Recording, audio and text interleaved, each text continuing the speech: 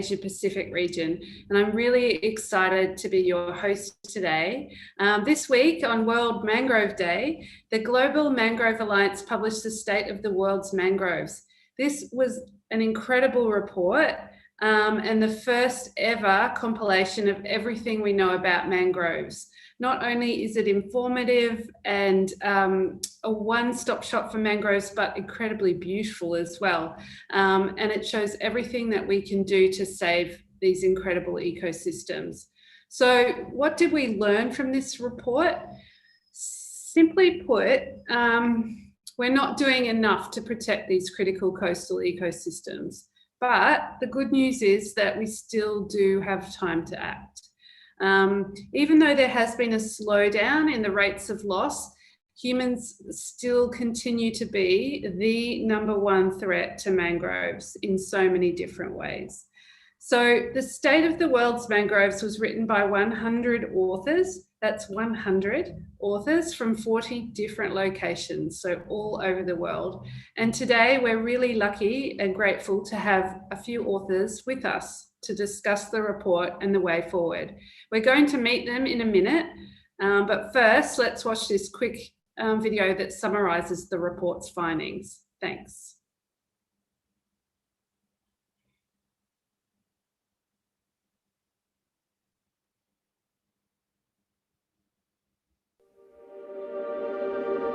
The world's mangroves are vital for biodiversity, for local communities, and for the planet.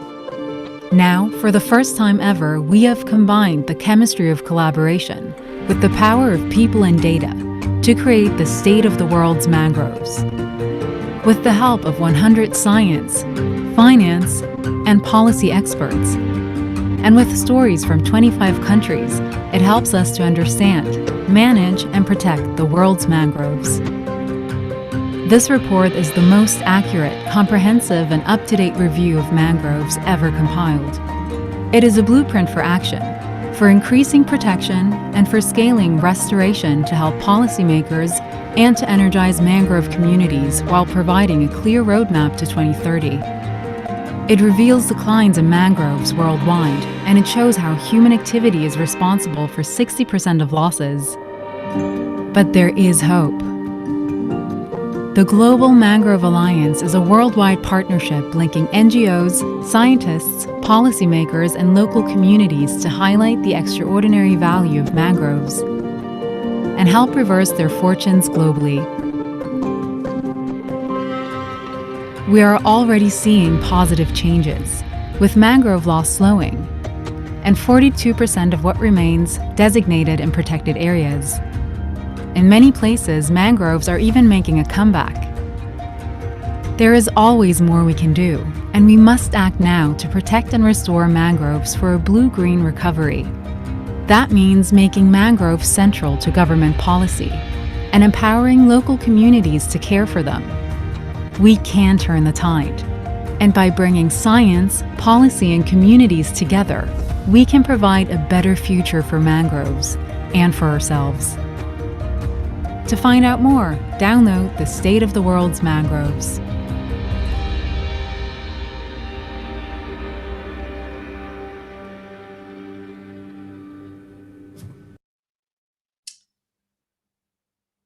So thanks everyone, and let's get started. So that was a lovely overview of the report that we're going to be talking about today. Firstly, I'm going to hand over the mic to each of the authors here, and they'll introduce themselves. We've done our best to have a diverse representation, but we'd also like to acknowledge that this is just one conversation, and we recognise the many holders of scientific and traditional knowledge with respect to this work. Just reminding you that there was 100 authors from 40 different locations. So to begin the talk today, I'm going to hand the mic to Mark Spalding from the Nature Conservancy. Thanks, Mark. Thank you, Robyn. Can you give me a thumbs up if you can hear me okay? I have some dodgy effect sometimes. So yeah, I don't know where to start. It's a big report and you've captured it pretty well. And I think the 100 authors thing is really at the crux of it. Having so many people contribute to this is, to my mind, sort of emblematic of what's going on in the world of mangroves as well at the moment. We're seeing immense amounts of collaboration in the mangrove world, and that includes both the world of the science. We've got a couple of top scientists on this call, a few top scientists on this call here who can talk about that, but also in terms of the collaboration amongst the NGO community. And those 100 authors include people who are really in the mangroves doing work on the ground, whether it's restoration or empowering local communities to set up new projects, new businesses, alternative livelihoods, that kind of stuff, honey production, making fisheries more sustainable. And to me, it's almost unprecedented after 35 or whatever years of working in nature conservation to see this degree of collaboration going on. And for me, it's quite a hopeful point to make. So we've pulled this report together. I think you're right. I think this is, it's a fairly high level report. It's fairly, I hope it explains in fairly simple terms the state of play in the world's mangroves, but it is pretty comprehensive, covering everything from where they are to the condition they're in, to the benefits they give us, and to conservation efforts and so on. So it's pretty comprehensive, far-reaching, and with my co-editor Marisa Lalao, we had a relatively easy job, I think, of cat herding all these different people to help us to pull this work together. I mean, we did it in 3 or 4 months, which to my mind, I thought, I wasn't sure we'd ever do it, but we did it. And it's largely thanks to this really great level of collaboration that's going on behind it. Thanks, Mark. That's a great overview. And I, for one, have benefited from this unique and amazing collaboration around mangroves, from the governments to the NGOs to the communities that we work with. So for now, I'd like to hand to Dan Friis, who's another co-author from the University of Singapore. Thanks, Dan. Hi, yeah, thanks, Robyn, and thanks for the invitation to be part of this. Yeah, I'm Dan Friis from the National University of Singapore, where I'm also the Deputy Director of the NUS Centre for Nature-Based Climate Solutions. And I think this, I'm particularly interested in some of the carbon aspects of mangroves, as well as the broader, conservation values of them. I just want to second what Mark said about the collaborative aspect of mangroves in general. And I think this report is, just exemplifies that. It wasn't too long ago where mangroves weren't exactly the ugly duckling of coastal ecosystems, but they didn't get the sort of attention that other ecosystems did, and not too many people were working on them. And it's in the last couple of years to see the explosion of interest in mangroves and their conservation and their importance has been really great to see. And I think this report really touches on that and brings some of that into the open. So thanks. Thanks very much, Dan. I agree again. And now I'd like to pass the microphone to Lalao Aigrette, who's based in Madagascar for Blue Ventures. And I was really interested reading about Lalao's work as one of the very first blue carbon projects around mangroves. So I'll pass the mic to Lalao. Thank you. Okay, thank you. My name is Lalao Aigrette. I am working for Blue Ventures as a National Technical Advisor for a mangrove program and a blue carbon project. I'm based in Madagascar, as mentioned earlier. This report is a great report, which I have never seen in my life. And I think this amplified the importance of mangrove, and also stating all of the effort going on across the globe, and amplify the need of the collaboration between scientists, communities, policy makers, and so on. So yeah, that's all from me. Thanks. Thank you so much, Lalao. And next, another fantastic author. We've got Pieter Vanier. He's from Wetlands International and he's based in the Netherlands. And his focus is on restoration, best practices and implementation. So thank you, Pieter. Thanks, Robyn. In my role at Wetlands International, I've seen a very active scientific community doing a lot of research on mangroves, bringing together fantastic science. And on the other hand, I've seen a growing community of underground organizations, traditional conservation NGOs, but also humanitarian organizations working on mangroves. I've seen a big disconnect between the really beautiful science that is there and the actual application of that science by practitioners on the ground, largely due to the challenge for these underground organizations to access that science.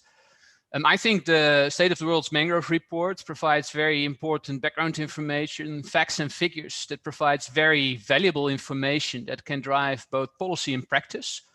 So with this report, I'm really excited that there is now much more access generated to that science.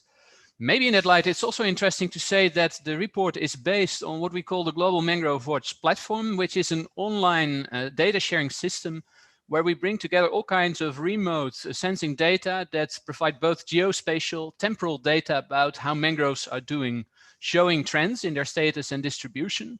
But also in this Global Mangrove Watch platform, we have included a number of derived data layers related to mangrove carbon, for example, mangroves and coastal resilience. So I would recommend the viewers to this live stream to have a look at that platform also. And yeah, I'm pretty sure that a lot of the questions that you might have in due course could be answered through that platform. And yeah, clearly the State of the World's Mangrove report is a moment to consolidate all that information, bring that together, communicate it outwards. And yeah, rest assured, there will be more communications like this to come out in the years to come. Yeah, so I would just recommend everyone to stay in touch with us and follow what we're doing. Thank you so much, Pieter. That's good advice. And so for the next, for our final author on today's session, I'd like to pass the mic to Tom Worthington. So Tom's at the University of Cambridge, and he is an expert in mangrove mapping, but he will have more to say about Global Mangrove Watch that Pieter just referred to as well. So thank you, Tom. Thank you, Robyn. Yes, I'm Tom Worthington. I'm a research associate in the Conservation Science Group at the University of Cambridge.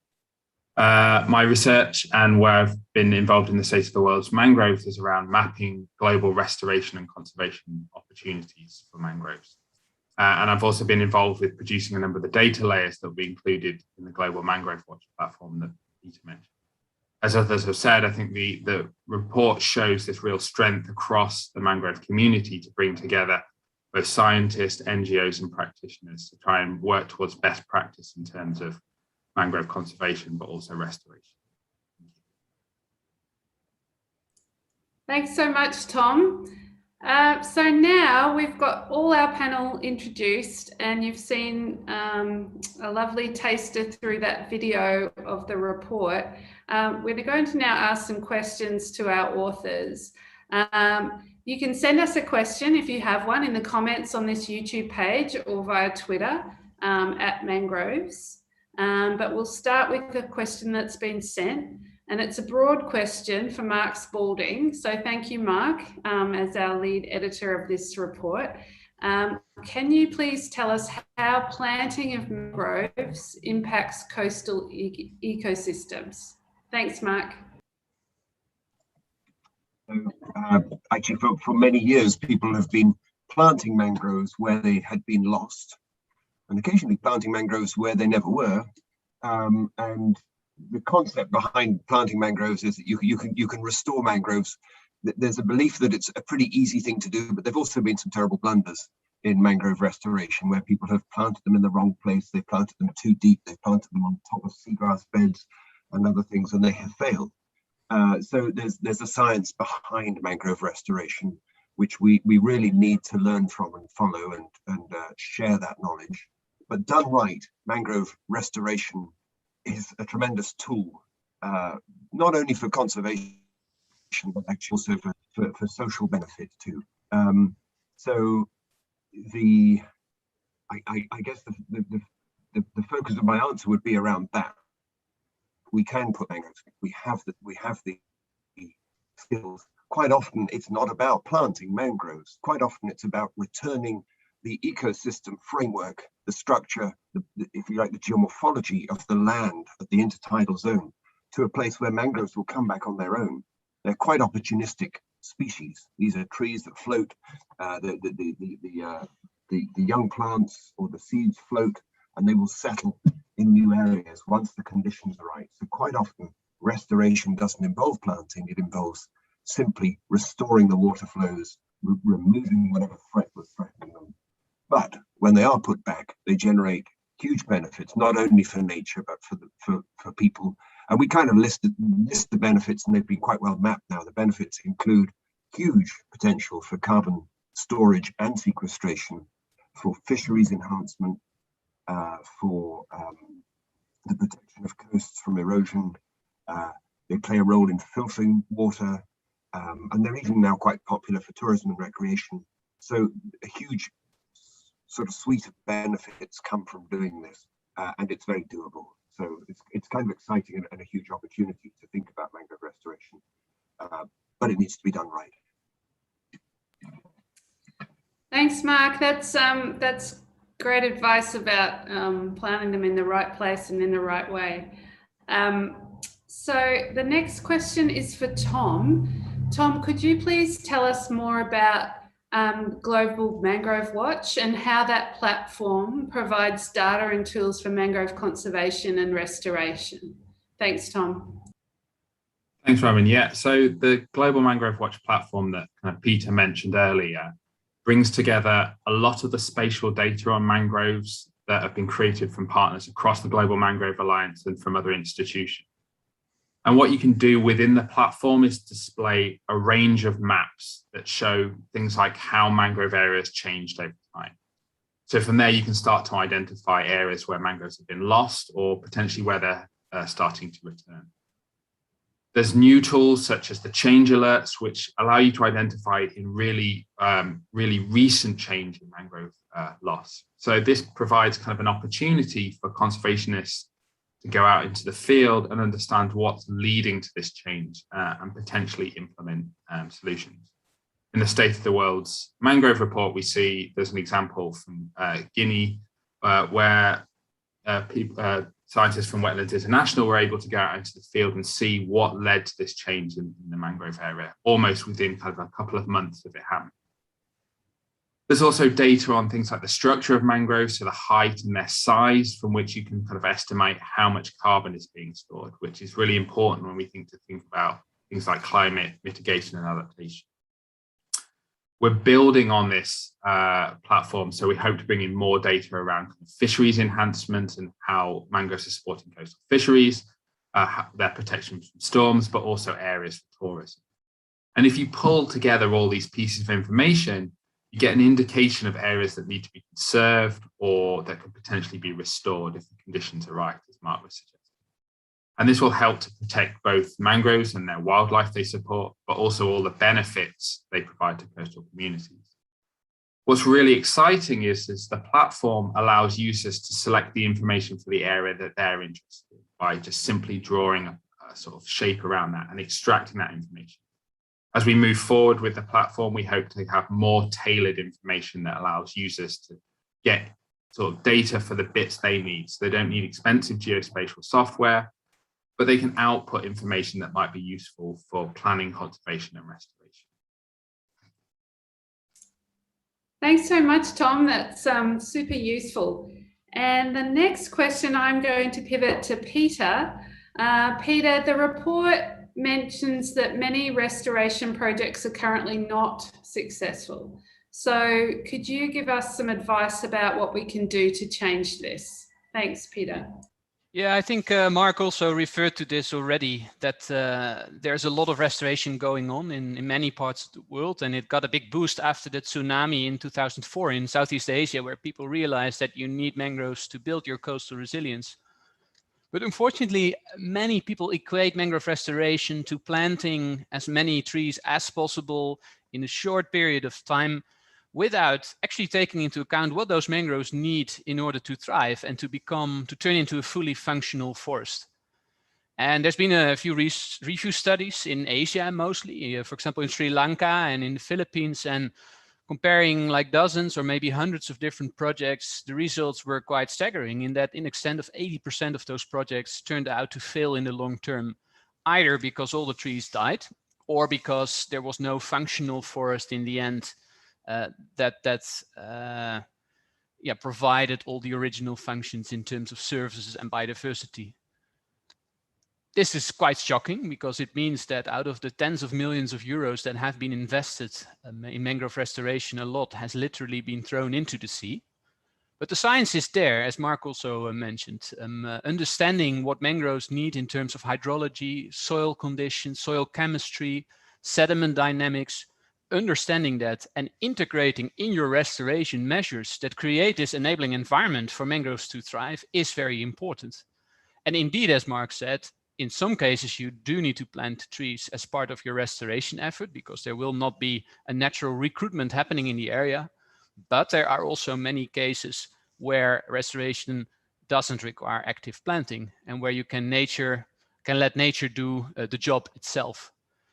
And yeah, I would really like to call upon the mangrove restoration community to plan their restoration based on the best available science related to these issues, and to follow what is called an ecological mangrove restoration approach, where again, planting can be part of the solution, but where you take a whole range of steps to plan and design your restoration project based on your understanding of the biophysical environment that you operate within. Thanks, Peter. That's really useful. I'm going to apply some of that with some of our work. So my next question is for Lalao. So there's a section in the report that you helped write about community involvement in mangrove conservation. Lalao, based on your work with community-led mangrove management, what have you found to be the best motivator for conservation? Thank you. Okay. Thank you for the question. From what I have learned on the ground in helping local communities, I saw that the bottom-up approach is no longer work for the mangrove conservation and restoration, but it is need for the participatory approach, which is promoting community participation, community ownership on the natural resources management, including the mangrove. So community participation on the decision-making process is really important for the success of mangrove restoration and conservation on the ground. And when the community feels that they are owner of the resources, they can with themselves produce and elaborate an internal rule to allow them manage the resources, and they can enforce it with their own, not waiting for the government officials to come on the ground and to do the patrol, but the community themselves can do it with their own. But to support the local initiative, there is a need for the science. For instance, when the community do the mangrove zoning, they need scientific data to support that zonation on the mangrove. And when they do the mangrove replanting also, they need data from the science to support that initiative. So community also need support from the government on the policy, because if they don't have tenure or right to manage these resources, the community involvement is not working and not success. And that's need that the communities, community mangrove management is need to combine with with policy and with science for the success of it. That's all from my side. Thank you, Lalao. There's so many good pieces of advice in that answer. Thank you so much. The next question I have is to Dan. So Dan, in the report, you offer some insights into mangrove resiliency to sea level rise. So could you please talk more about that, the benefits that mangroves provide when it comes to climate change? Thanks, Dan. Sure. Yeah, there's a lot to unpack within that question, because there's a number of interactions that mangroves have with climate. In talking about sea level rise in particular and climate adaptation, yeah, we certainly are concerned that accelerating rates of sea level rise are going to really impact a lot of mangroves around the world. But luckily, mangroves do have this ability, at least in some situations, to be able to kind of keep pace with sea level rise by building their own soils or trapping sediments. And in some places, actually, mangroves may not be threatened by sea level rise by the end of this century. But of course, there are various points, particularly in the Indo-Pacific, of concern for that. But in those places where mangroves do have the ability to keep pace with sea level rise, they might be able to help us to adapt to some of those aspects of climate change. I might just touch very quickly on their benefits for climate mitigation as well. So there's a lot of work has happened on blue carbon and the ability of mangroves to be able to regulate aspects of the global climate or mitigate or offset some of our climate change emissions. I think we have to be realistic at exactly how much mangroves can do that, because their extent globally is pretty small compared to other forests, but they are able to store and sequester carbon at rates which far exceed those of other types of forests.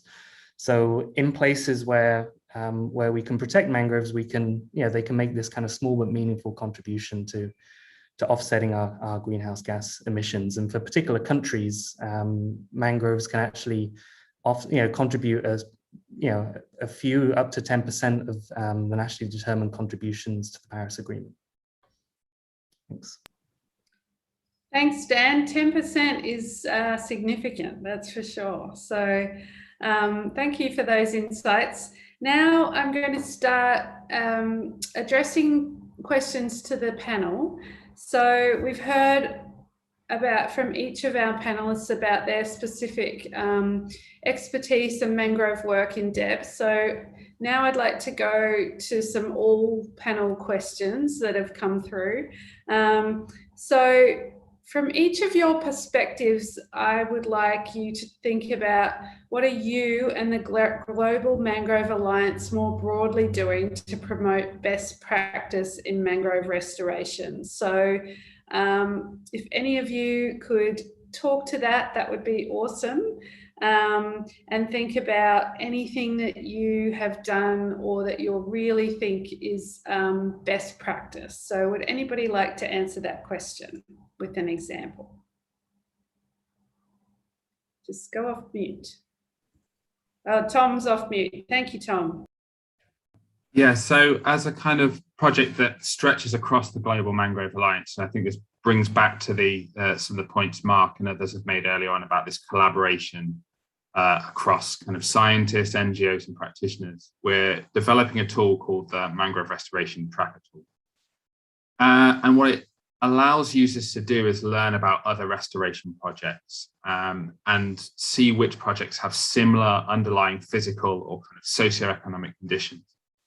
And what we hope this will be able to do is be put onto the Global Mangrove Watch platform, and users will be able to filter projects that are most relevant to them and see whether the approaches that have been used have been successful. What we hope the tool will do is kind of provide a step-by-step guidance on what factors you need to consider when undertaking restoration. And we're kind of linking this back to sort of the best practice guidance that's been produced by the Global Mangrove Alliance and many of its partner organizations. What we hope this will allow us to do is move away from that situation where we're getting more unsuccessful projects to those that are really focusing on best ecological and social practices. And we think it's a really great opportunity to sort of bring together the whole community. To date, there's been about 70 or 80 people involved in developing this tool from across kind of NGO partners, but also practitioners on the ground. Thanks, Tom. That's a great example. Do any of the other co-authors like to share an example?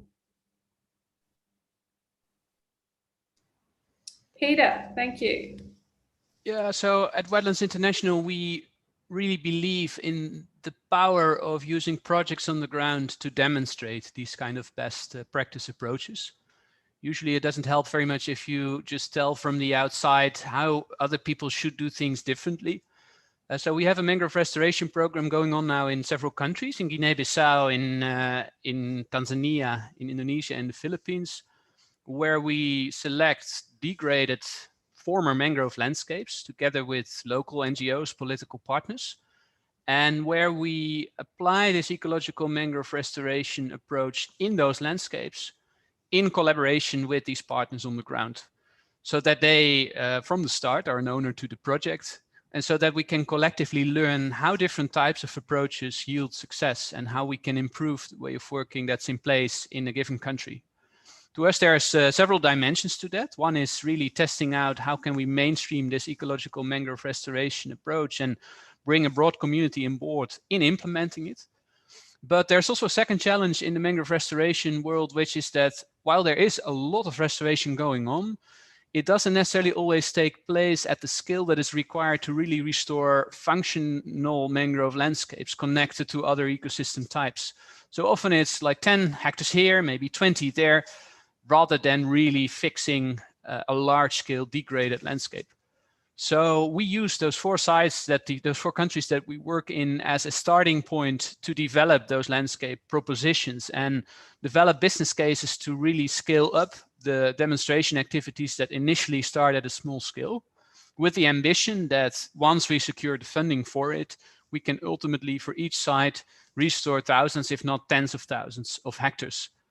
And what we would be really keen to explore with other Global Mangrove Alliance members, if we could maybe create a network of restoration sites that all our organizations are involved in, if we can let ourselves then be informed by the guidance and the tools that Tom was talking about, and if from that network we can build out and really give a big push in the wider global mangrove restoration community to work on this combined approach of both improving our practices and reaching scale.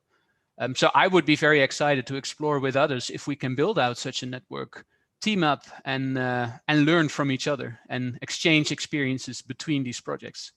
So this is in a way also an invitation to hear from others what they are doing and how we can connect and work together.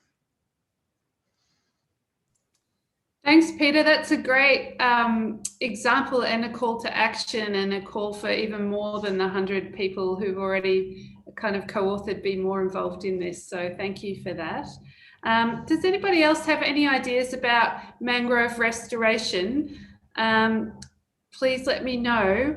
But in the meantime, before we could come back to that question, there's been a question from Twitter, and it's about education materials. So I'd like to ask the panelists if any of them have found, or any of you have found education methods regarding the value of natural resource conservation. So anything that resonates well can be about mangroves or something that should be applied to mangroves for children and also the general public that you could talk about. So please let me know if anyone would like to answer that question on our panel. Dan's gone off mute. Oh, well, I was already off mute by accident, but I'll have a go anyways. So there's as an educator at a university but also someone who works a lot with other stakeholders such as the public and community groups, but also commercial stakeholders. I take quite a broad view of the term education, and because I think there's a number of stakeholders that aren't traditionally involved in mangrove conservation that are interested in learning more and how they can get involved. And I think there's a couple of things that help and that can form the basis of good educational materials. And I think it's really two things: the benefits of mangroves, because that really links to why other people should care about them beyond just the biodiversity and more kind of abstract values. But if we know, it's education is a lot about relating information to people. And I think when you show the benefits, that even somebody in an urban city such as Singapore is benefiting from mangroves for recreation, for coastal protection, and other things, I think people are surprised and they want to know more. So I think focusing on the benefits is one good way. I think another way that we found is really excited a lot of stakeholders and got people to want to learn more is showing that mangroves are actually increasingly a conservation success story. And sometimes the doom and gloom that you hear around the world and the great biodiversity crisis which we are facing, can sometimes kind of depress people and switch people off, because there's nothing that we can do about it, right? We may as well just give up and go home. And actually, the fact that mangrove deforestation rates have reduced substantially, they're still being lost, and the job's not done. But they are this kind of emerging conservation success story, and that seems to have sparked the interest of a lot of people that we interact with, and there's been able to use that to spread the message, other messages about mangroves even further than we would have, and certainly beyond the academic circles. Thanks. Thanks, Dan. That is such a good point about having a good news story around conservation. So yeah, thank you for sharing that. Would anybody else like to share anything around conservation and education? Mark, you've gone off mute. I'm not directly involved, but there's some fantastic stories in the state of the world's mangroves, which I found very inspirational. I think it's super important to think of this education as really getting down to the people close to the mangroves as being super important. And that's hard for people like me in an international NGO to do, but I'm very pleased that partners of the Nature Conservancy and many of the people in the Global Mangrove Alliance are doing this stuff really on the ground. And there are some really, I think, heartwarming stories, but also stories that sort of generate a belief that we're going in the right direction. So there's a story about the school clubs in Guinea-Bissau. There's in fact, one of our contributors was from the Friends of the Environment in Abaco in the Bahamas, a very small local NGO, who sent us probably, I don't know, 100 photographs of stories of what they're doing to take school children into the mangroves. And actually her own story, which was a story of how when she was a school kid, she was taken into the mangroves and this entire new world was revealed to her. And that drove her to becoming an environmentalist working for an NGO. So, getting people out there, getting them to understand the system.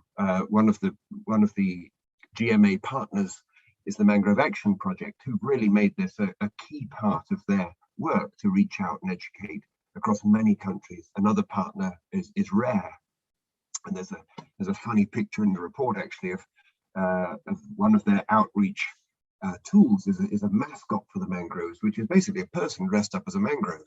But this symbol almost is getting out and reaching local communities and schools.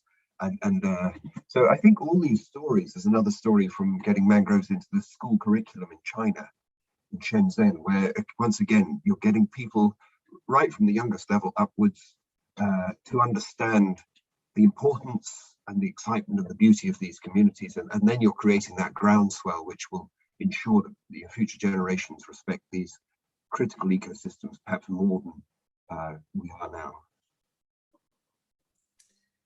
Thanks, Mark. Yeah, I have my own personal story there in Papua New Guinea, where I spend a lot of my time working with the Mangrove Market Mary project, which is in the report. And our mangrove scientist there, who has a beautiful personal story about learning about mangroves from her father and then wanting to go to university and be a mangrove scientist, which she now is for the Nature Conservancy. And then just this week, teaching young students, she's got a whole bunch of them, how to monitor the mangroves around Port Moresby. So yeah, she's just really passionate about it, and it really goes through to the younger students, and they all want to work with her. So that's another story as well. Thanks, Mark. Now I'm going to go to a new question, and it's around what you as co-authors feel is the value of the State of the World's Mangrove Report to the future of mangrove conservation. So I might start with Mark, and then if others would like to add to that. So Mark, if you could give us your thoughts on that.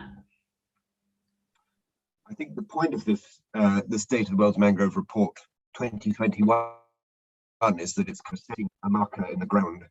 The intention, I think, of the GMA is to produce these pretty regularly. I'm not sure I want to do it every year, but something like this, to come out with a regular reporting so we can track progress, is a pretty important piece of it. But the other piece, which is what we've said from the beginning, really, is that this is an ecosystem which has working on it thousands probably of scientists, NGOs working across a huge spectrum of financial and social and science sort of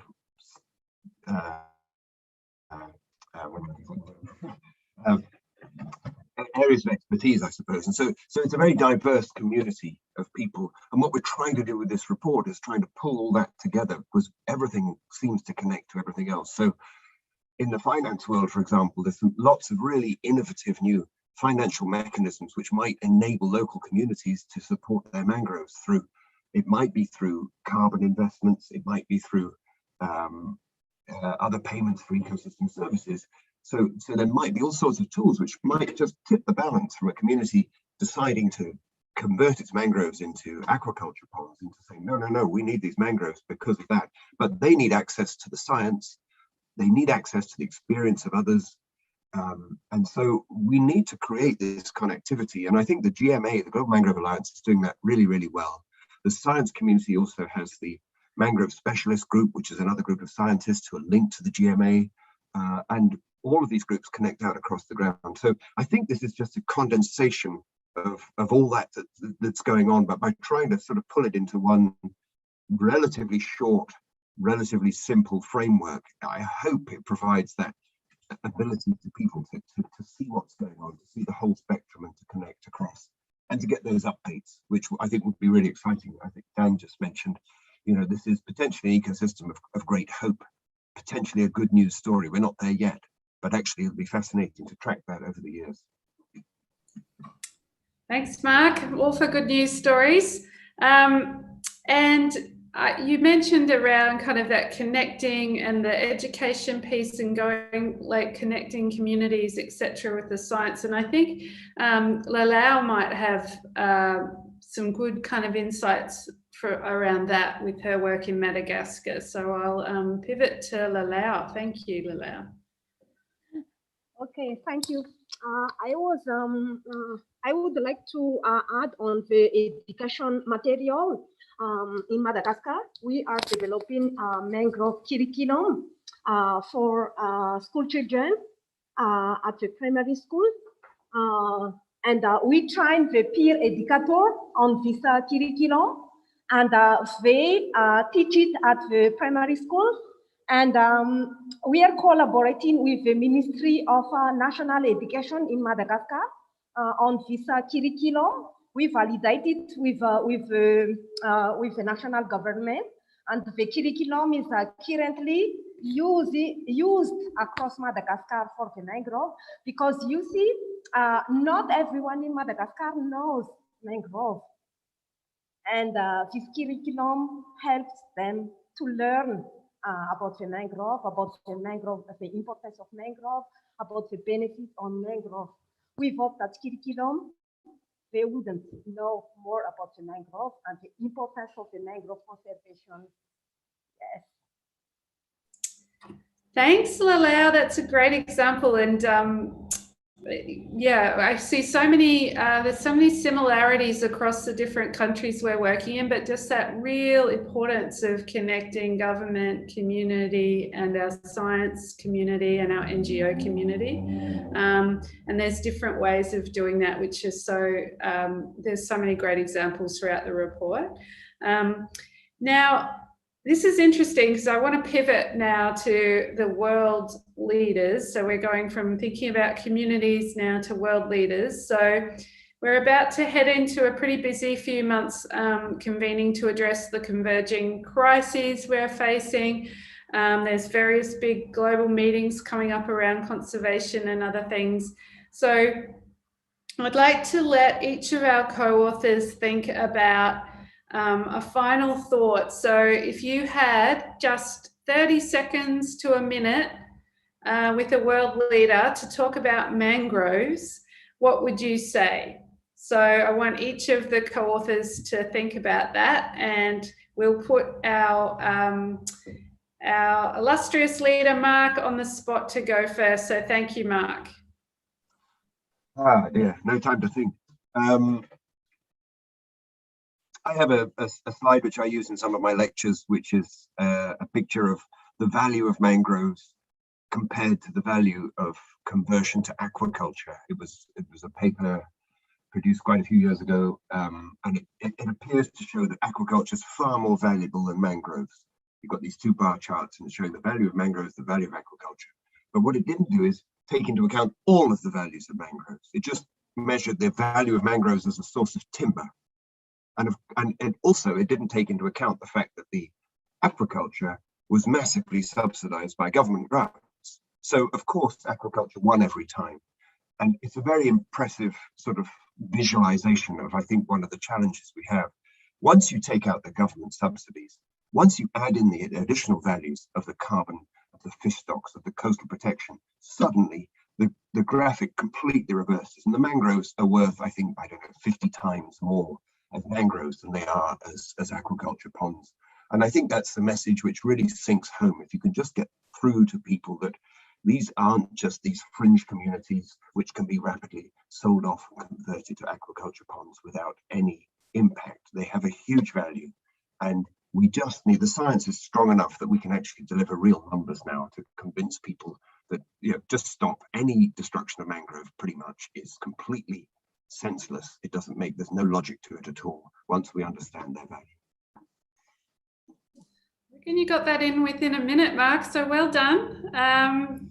And that's a great point. Now I'm going to ask Dan for his pitch to a global leader on the importance of mangrove.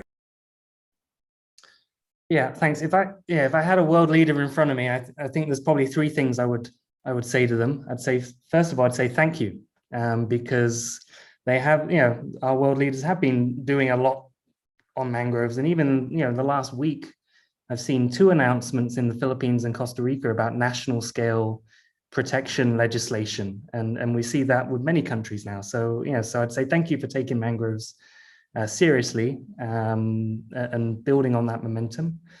I think the second thing I'd say to them is let us know how we can help do that even more, what information you need, what you need from us to support you to be even more ambitious in those targets.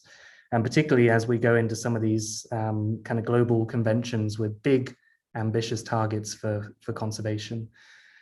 And then it's probably the final thing I'd say is it's great to have this ambition and it's great to have all these great targets and things, but let's not forget the reason why we're doing it, right? We're not doing it to tick boxes, and but we're doing it for biodiversity, but also the communities that rely on those resources. And a lot of management actions, unfortunately, can have negative or perverse impacts on the communities. It can exclude them from resources.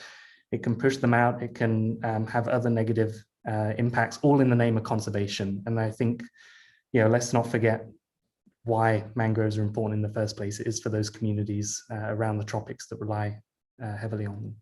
Thanks. Thank you, Dan. And as someone who works in the tropics, I can attest to that statement and also highlight the incredibly important role of mangroves for women in particular in the tropics, and how, if that's truly valued, it gets to Mark's point about that's a very undervalued part of mangrove ecosystems, is the value that they place for women in particular. So the next person who's going to be on the world stage is Lalao. Thank you, Lalao. Okay, I will be very short. For me, mangrove conservation and restoration is a duty for everyone, not only for the community, not only for the researcher, not only for the policy makers, but for everyone. But if they are not informed on the importance of mangrove, they will not be aware of it. So it is a matter for us to share information as wide as possible, to raise awareness on the importance of mangroves. That's all from me. Thanks, Lalao. I love that. Very short and punchy. And yeah, I agree. So the next person we have is Pieter. Thank you, Pieter. Thank you. I think I would complement the previous speaker's pitches by focusing mine on climate change. I would put very strong focus on the mitigation potential that was already mentioned, but I would also talk a bit more about how mangroves can contribute to resilience building and how they can be a complement or an alternative to infrastructure. As we all know, there's hundreds of billions of euros being invested in fortifying our coastlines with dams and dikes and other infrastructures. And it's very expensive to do it that way, not always successful. And actually, there is a big window of opportunity to consider mangroves in the equation. In some cases, mostly in rural contexts, mangroves can provide a very strong coastal protection on their own by sustaining simply the big mangrove belts that are already in place or by restoring them. But there's also an emerging knowledge base and evidence base on applying hybrid green and gray solutions that we also refer to as building with nature, where you actually, based on understanding the wider functioning of the system that you're working in, you plan conventional hard infrastructures alongside mangrove solutions. And a tangible example of that, for example, is to build some sort of a dike somewhere out of the intertidal range and then use the intertidal range itself to have a mangrove belt that fortifies the dike, and where then the dike and the mangrove belt together provide the required protection. There's many other examples to think of also, for example, mixing mangrove systems within aquaculture systems where the mangroves contribute to the resiliency of these production systems. And yeah, working with nature rather than fighting against the forces of nature is the way to go.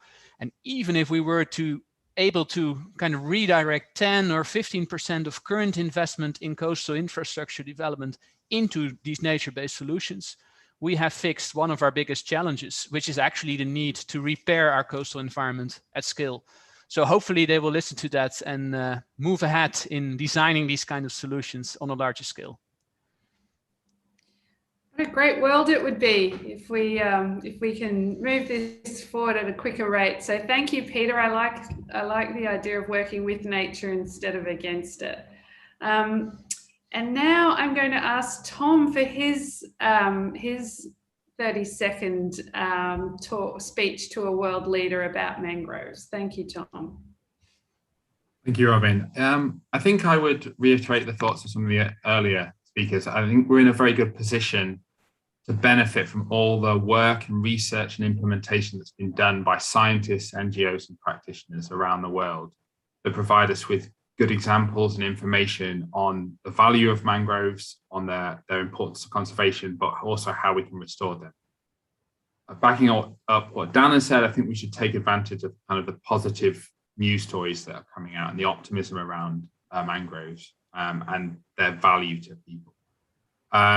We do need to acknowledge the value of mangroves to communities and try and prioritize conservation and restoration that will benefit communities from these projects. And hopefully, if we can put all those things together, that will stimulate people and governments to protect and restore these valuable ecosystems.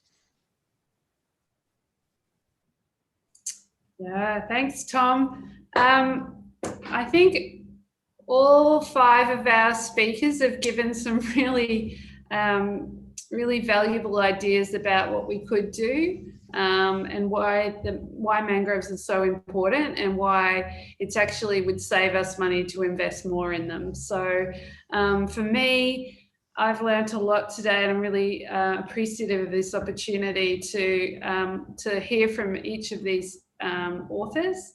And I'd really like to thank each of the panelists today for joining us. If you missed any portion of this conversation, we'll be posting the recording here on the Global Mangrove Alliance YouTube channel, so you can go watch it at any time.